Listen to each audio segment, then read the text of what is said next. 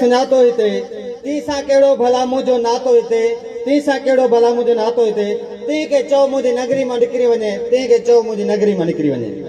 सभिनी सजणनि भाइरनि ऐं भेनरुनि खे हक़ मौजूद जिए लतीफ़ जिए सिंध।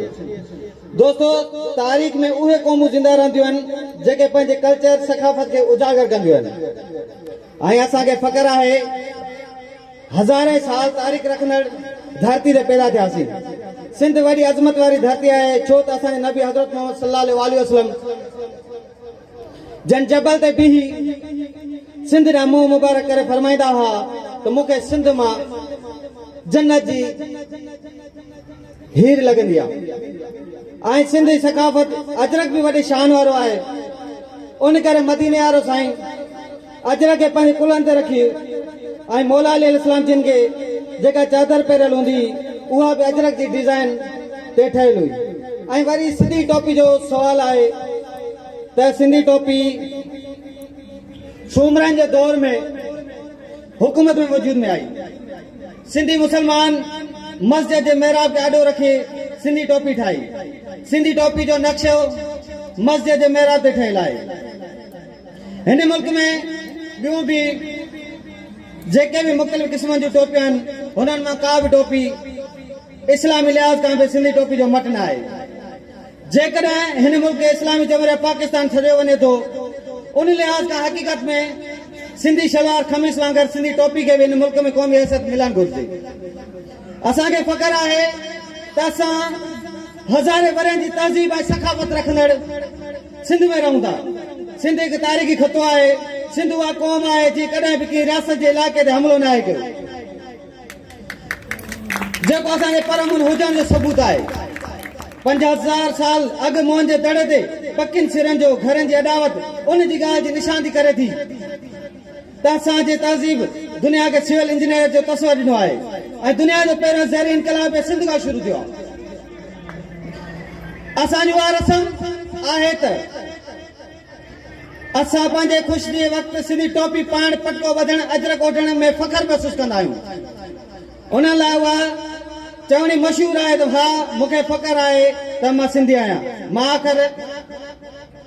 सिंध जी सखाफ़त सां गॾोगॾु ऐं सिंध जी सूरत हाल ते बि ॻाल्हाईंदुसि त सिंध जे अंदरि जेको हींअर वक़्तु हले थो जज़ीदी वक़्तु आहे ऐं सरदारी निज़ाम हले थो पियो त उन करे असांखे इहा कोशिशि करणु घुरिजे त असांजा जेके ॿार आहिनि उन्हनि खे आला तालीम ॾियूं जीअं जेको जट कोमाल या जाल जेका असांजे हिन सिंध मां ख़तमु थिए छो त सरदारी निज़ाम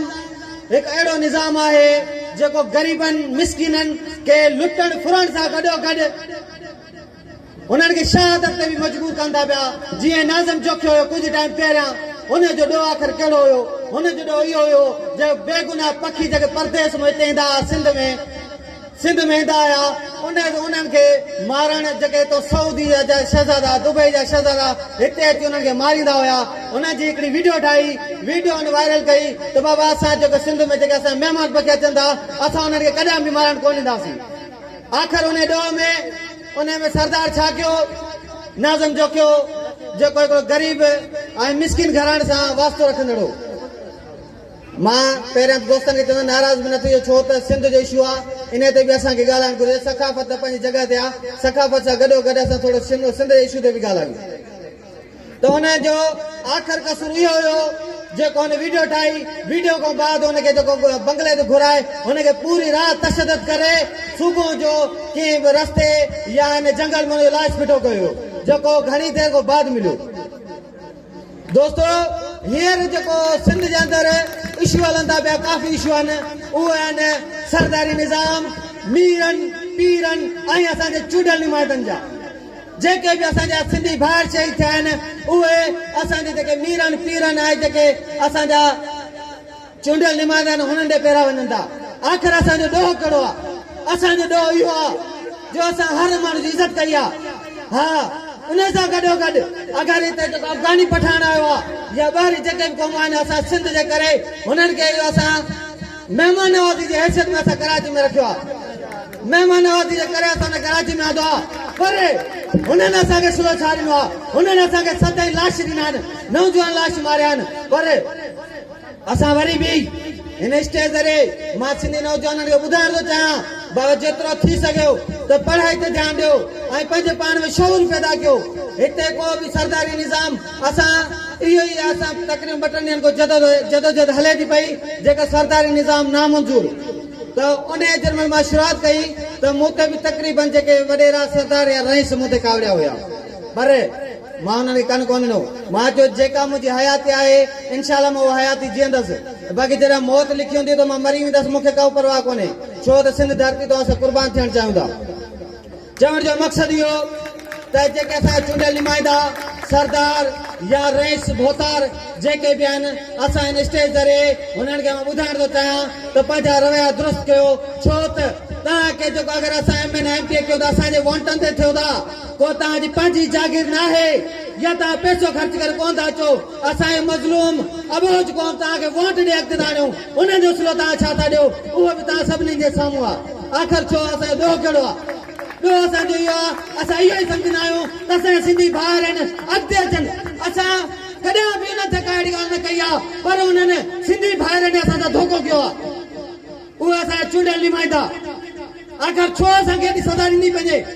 आख़िर असांजी ग़लती कहिड़ी आहे ग़लती इहा आहे जो असां पीपल्स पार्टी खे ऐं उन्हनि जे चूंडियल उहिदेदारनि खे असां चूंडियो आहे PPM ऐं MPA उहो उन जे करे जो त सिंधी टोपी जा वारिस आहिनि सिंधी अजरक जा वारिस आहिनि असां इहा सोच रखी आहे पर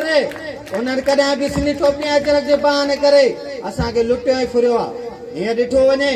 सिंध जे अंदरि छा त सूरत हाल आहे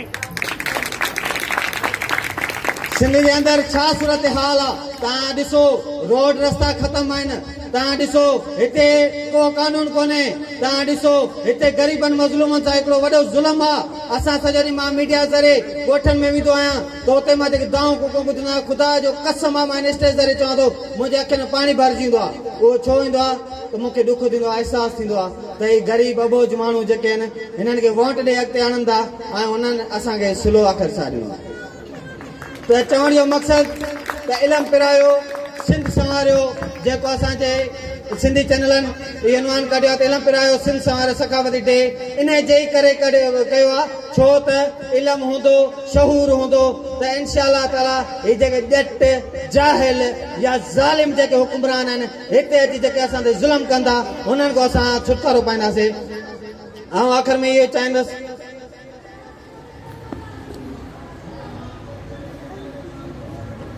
जे तूं विढ़ंदे मारियो वेंदे जे तूं विढ़ंदे मारियो वेंदे हिन धरती तां वारियो वेंदे जे तूं विढ़ंदे मारियो वेंदे हिन धरती तां वारियो वेंदे दोदा तुंहिंजो साथ वेंदो माण्हुनि जो वैसा न वेंदो हक़ मुंहिंजो